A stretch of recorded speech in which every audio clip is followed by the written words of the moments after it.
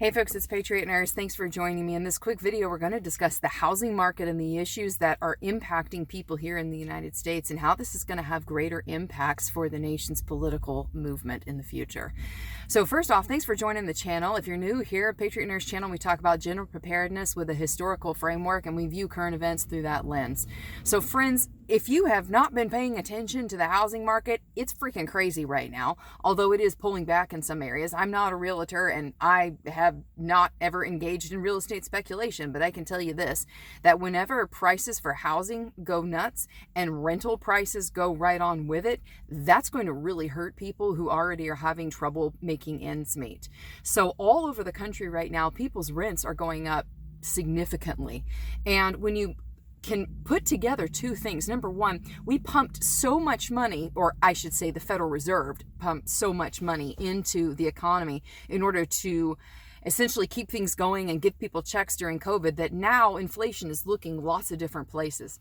It's looking for home. All of this extra money and all of this extra cash that's moving in the economy right now is looking for a home, and people are trying desperately to find a place to park their cash so that way it doesn't get eaten up with inflation. There's only so much gold that people have, and frankly, most people who are going to try and find a home for their cash, they're not going to put it in stuff that most preparedness-minded people do, whether it's food stores or ammo or a way to defend yourself or something in the precious metals category. A lot of people are not doing that, but they do know the value of owning homes. So what happens is if you've got historically cheap mortgage rates and then all this extra money floating around, prices and bidding wars just go crazy and they go through the roof. And that sucks for people who are trying to buy homes, but it especially sucks for people who are in rental properties and who are having their rental rates jacked up 20, 30, 40, 50, 100% in some cases. If you've experienced any of this, by the way, please leave me a comment down below. I would love to see it because it's not just something that is confined to one region of the country. Everybody is dealing with it. And I can tell you also that this movement in prices and movement of people, this is going to impact the elections. One thing that I've noticed here in Tennessee, and this has been the case not only in Idaho, but also in Texas and in other freer states, is that over the past 2 years, especially in Florida, y'all have really seen this, people have been flooding into our home, essentially our states, and have been buying up property. And here's the thing, if you have lived your entire life in Texas or Tennessee, particularly rural areas like rural Texas, rural Tennessee, rural Arkansas, rural Idaho, everything about your ability to save for a home and the pay that you get for working there, all of this has been relatively low because our cost of living is low. When you've got somebody coming in from New York, New Jersey, California, wherever it is, they've been paid based on their standards, and they have a lot more money to throw around for liquidating their 1,500 square foot basement rancher for $750,000. They can throw money left, right, and center at properties. So it's creating, and I'm telling you this for a reason, this is creating a lot of political and social tension between people, because it's one thing when you've got a trickle of people coming into a place. When you can't afford a place to live and everything else is expensive on top of that, it creates enmity and animosity between people. And so this is going to be reflected in the elections coming up. For the most part, over the past how long have I been doing this? 10 years, 12 years, something like that? Since as long as I've been making videos on this channel, I've been warning people about the changes in the United States and also about the possibility of civil war and definitely of political unrest. I don't look forward to this. This is not something that I'm happy about. But whenever you have massive changes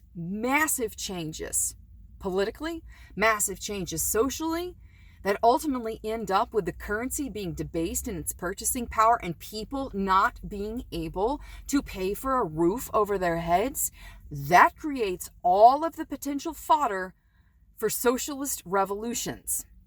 And for people who have strong socialist leanings to couch that in some type of populist narrative. So be aware of this when it comes time to vote, okay?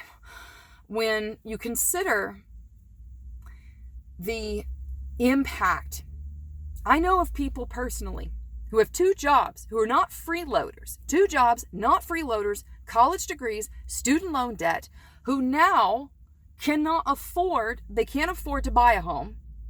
They can't afford rent So what are they doing? They're moving back home, literally into their parents' basement or to a spare room, and usually with another sibling having to do the same thing because they just can't afford to live. And where did all this come from? It didn't come because of people buying past their means. No, it came because of the monetary policy set from the Federal Reserve and the policies of the federal government in printing money ad nauseum and spending things and spending and sending billions of dollars overseas for more war and more empire. Meanwhile, we can't take care of our people here at home. So friends, this is going to be a weird election season coming up. And rather than sit here and pontificate and bemoan things ad nauseum, I really want to look at this within the context of history. Whenever you see changes that are massive in their impact and also that have been precipitated by the big three, and they are, if you've been watching the channel, you know the big three things: war, famine, and disease. War, famine, and disease have been historically the linchpins that precipitate massive societal upheaval and social changes, and the unraveling of hegemonic powers, meaning like the big kid on the block, the empires. These three things throughout the centuries have been the catalyst for major change. And so we, looking at the present events, looking at current news through the lens of history and having a historically literate plan for dealing with the present, we look at the big three things: war, famine, and disease. And we also look at the commodities and the supplies that correspond to each of those. To war, bullets. To famine, beans. And to disease, the band-aids, so to speak. Being prepared in these things, not only in having commodities stored up, not only in having your physical material, not only in having your supply stash, but also in developing your human capital, in developing your educational understructure, so that way you can problem solve and deal with things. You have skill sets that correspond with your supplies. I've been trying to encourage people, supplies are great, but your skills are going to determine the appropriate and proper utilization of supplies, and also you use less supplies when you have better skills. So let me encourage y'all, make it a priority to have your bases covered in the midst of coming up to this season. And also, be wise and try and stay out of debt as best as possible. Really, if you're going to look at investing, and I'm not giving tax or financial advice here, but when you look historically at some of the best dividends that are paid, it's in investing in yourself and in putting your education and your skill set development as a priority in your life. So let me encourage you, if you haven't considered training, please consider do that. If you want to train with me in medical preparedness, you got a couple of options. I've got an online course. It's 4 hours. It's $129. You can find that link below. Also, if you want to train with me in person, you got 2 options for the rest of 2022. Milwaukee, Wisconsin. That's coming up in October. And then the Keller, Texas class, which is the Dallas area, that's going to be in December. Lord willing, I'll be releasing the 2023 schedule here soon.